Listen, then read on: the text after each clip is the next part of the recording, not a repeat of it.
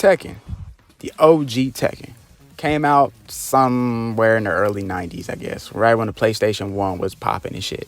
And it is the kickoff to what is known to be one of the best fighting games of all time out and about right now. But we're going to go through each Tekken game, like I said in my last video, and we're going to break down the story, the characters, and what is the true ending that leads up to the next installment.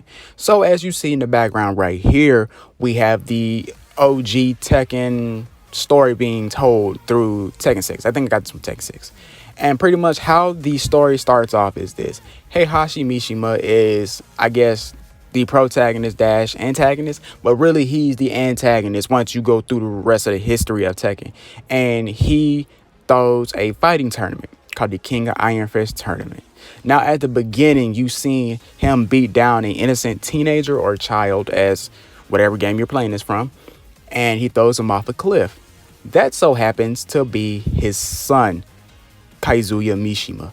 Now with Kazuya and other characters like Yoshimitsu, the original king, Armored King, Nina, Law, have all made their debuts in this game with other characters. Some characters don't make a return after this, like Komitsu. She's the rival to Yoshimitsu, but she don't make an appearance. And there are some secret characters that you can get after you beat the arcade with a certain character. So for instance, if you beat the game with King, you will get Armor King. If you beat the game with Heihachi, you get Kuma.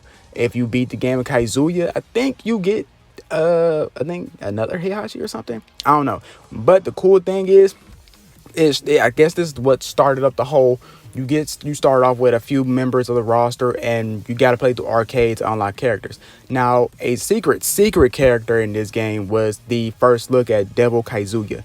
Now, this is what Devil Kazuya originally looked like before we got the whole wings and him naked and purple and so on and so forth. And I have to say, this Kazuya was... I mean, it would have been cool if they would have just added some wings to this character. He still looks kind of dope. But, I mean, Devil Kazuya will always be, you know, OP as fuck to me, because every time I fight him, I always lose. But Devil Kazuya is one of the coolest characters that they brought out of Tekken. So like I said, as the tournament, as Heihachi tells the whole world that he wants to throw the King of Iron Fist tournament, or in Japanese, Tekken, he calls all these fighters, and the prize is the Mishima Zaibatsu. Now, how did Heihachi get to this throne? How did he get the Mishima Zaibatsu? You're gonna have to wait a couple games before you fully get the understanding of the story of Heihachi Mishima. Not just that, this is the kickoff to multiple storylines, but the main storyline that fuels Tekken itself is the Kazuya Heihachi blood feud, and it lasts through multiple games all the way up to Tekken 7. In fact, and it even sucks in other characters like Tekken 3's Jin. He's part of it now. Jun Kazama, Jin's mother, who also it pops up in Tekken 2, is also going, shows up. Now, the canon ending that I think is canon, well, it has to be canon because, Kazuya is the boss in Tekken 2. The ending of Kazuya's ending, when you play the arcade game with Kazuya and you beat the final boss, who's Heihachi Mishima, he throws Heihachi off the cliff. Now, I don't know if this is the same cliff that he threw him off of when he was a child, but it's pretty much karma is a bitch, eye for an eye. Like, hey, I came back for my payback. Now I'm happy. Now I'm gonna do whatever the hell I want. Now, one thing that they did not really touch on in this game, but they touch on in a Tekken 2, that's why this video is gonna be short, is how Kazuya survived that chasm that he was thrown into. Later on in future games, we learn that, spoiler alert, that how he survived was through the devil gene. The devil gene that was inside him. Some people say he sold his soul to the devil, but really, as we learn in future games, that he was actually born with this devil gene that helps him, escape death. Now, like I said, later on in the next games, you'll find out that, yeah, it really does work.